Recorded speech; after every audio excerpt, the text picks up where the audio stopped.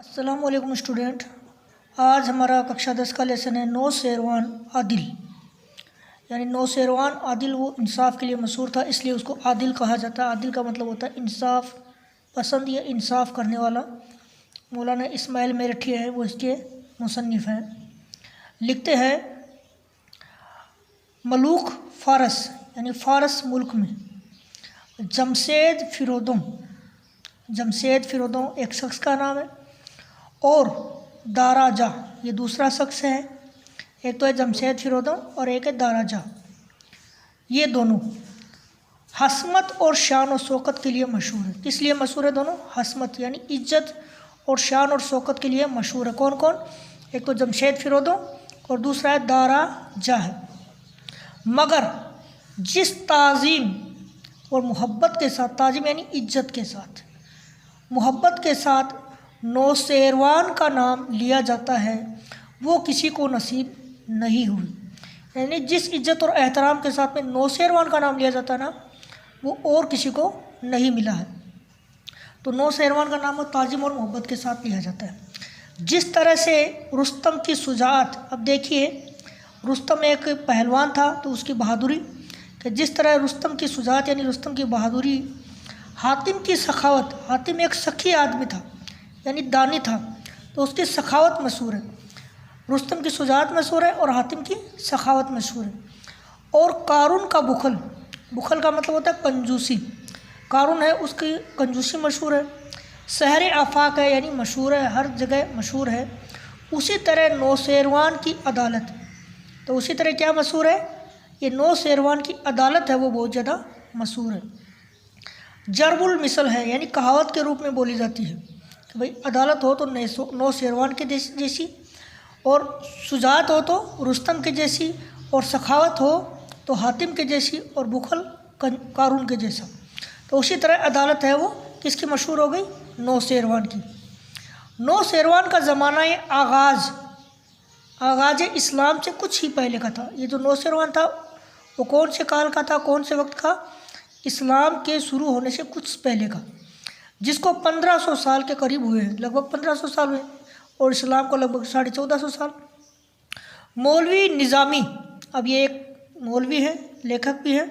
मौलवी निज़ामी ने इस बादशाह की एक हिकायत लिखी है, एक कहानी लिखी है, जिससे मालूम होता है कि इब्तिदा में यानी शुरुआत में इसको रियाया का मतलब होता है जनता, परवरी यानी जनता की रखवाली करना, जनता की परेशानियों को दूर करना की तरफ कुछ तवज्जो नहीं थी, यानी उसका जनता की तरफ कुछ ध्यान नहीं था।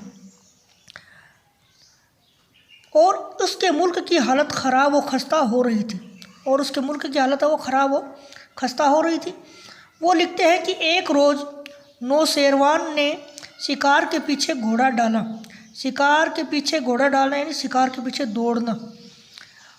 और सिवाय वज़ीर यानी मंत्री, वज़ीर के कोई उसके साथ में न रहा।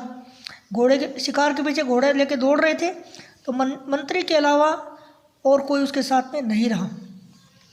बादशाह ने देखा कि एक वीरान यानी एक जंगली गांव, रेगिस्तान के अंदर था, एक वीरान गांव, उजड़ा हुआ गांव कह सकते हैं। वीरान गांव की दीवार पर दो चिड़िया बैठी हुई चहचहा नहीं, बातें कर रही हैं।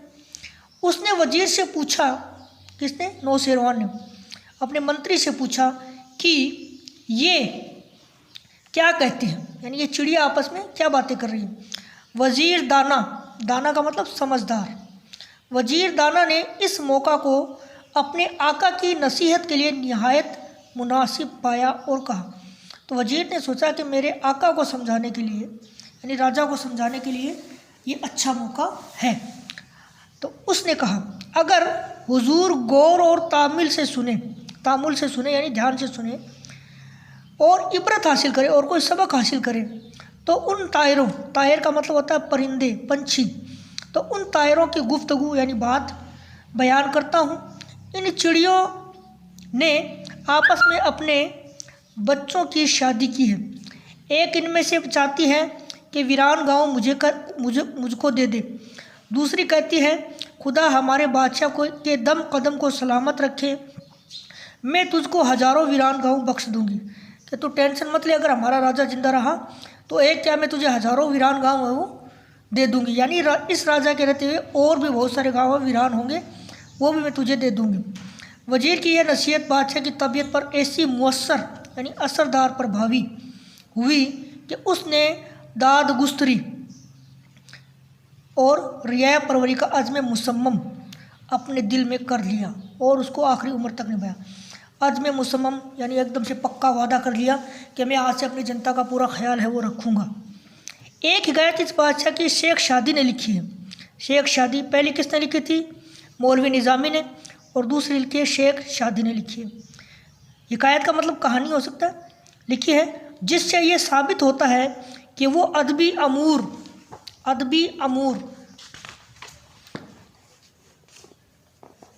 में अदल के कायदों को मलहूज रखता और इंसाफ की पाबंदी करता था, यानी वो हर जगह है वो इन चीज़ों का ध्यान रखता था और इंसाफ है वो करता था।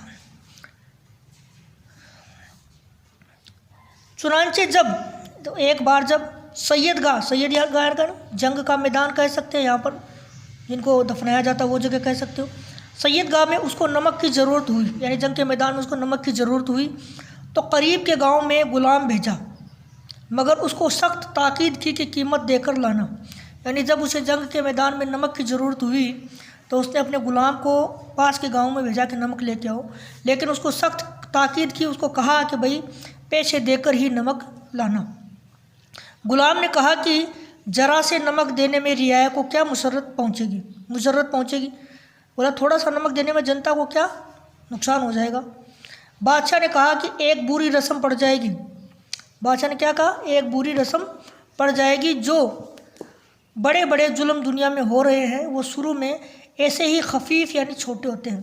तो बड़े बड़े जो जुल्म दुनिया में हो रहे हैं पहले शुरू में छोटे होते हैं, उनकी तरफ ध्यान नहीं जाता, इसलिए उसने कहा नमक की कीमत दे के लाना। उसके अंदर वो इंसाफ की हिकायतों में सबसे ज़्यादा दिलचस्प उस पीर जाल का किस्सा है, यानी बूढ़ी औरत। पीर जाल का मतलब बूढ़ी औरत। उस पीर जाल का किस्सा है जिसने बादशाह के हाथों अपना छोटा झोंपड़ा फ़रोख्त करना यानी बेचना करना मंजूर नहीं किया। यानी बादशाह चाहता था उसकी जगह को खरीदना, लेकिन उसने बेचना मंजूर नहीं किया। बात ये थी कि बादशाह ने एक एवान का मतलब एक इमारत या महल आलीशान तामीर कराया, एक महल बनाया था बड़ा। उसकी एक गोशे यानी कोने कि कजी का मतलब होता है कान, उसका टेढ़ापन, बगैर उसके दूर नहीं हो सकती थी कि बुढ़िया की ज़मीन भी उसमें शामिल की जाए। यानी जब तक बुढ़िया की ज़मीन उसमें शामिल नहीं की जा सकती थी, उसकी जो कान है वो दूर नहीं हो रही थी, उसका जो टेढ़ापन था वो दूर नहीं हो रहा था। लेकिन बुढ़िया बेचना नहीं चाहती थी कि बुढ़िया की ज़मीन भी उसमें शामिल कर ली जाए। हर चंद बुढ़िया से दरख्वास्त की गई और उसको बहुत बड़े बड़े मुआवजे की तमा दिलाई गई, मगर वो किसी तरह राज़ी नहीं हुई। उसको खूब लालच दिया गया, लेकिन वो राज़ी नहीं हुई। गर्द बादशाह को अपने गरीब हमसाया के पास खातिर से अपने महल का नुक्स चारों नाचार गवारा करना पड़ा, लेकिन दानिशमंदों के नज़दीक इसके ईवान का ये ऐब हज़ारों खूबियों से बेहतर था, जिसकी वजह से उसका नाम हमेशा जिंदा रहा।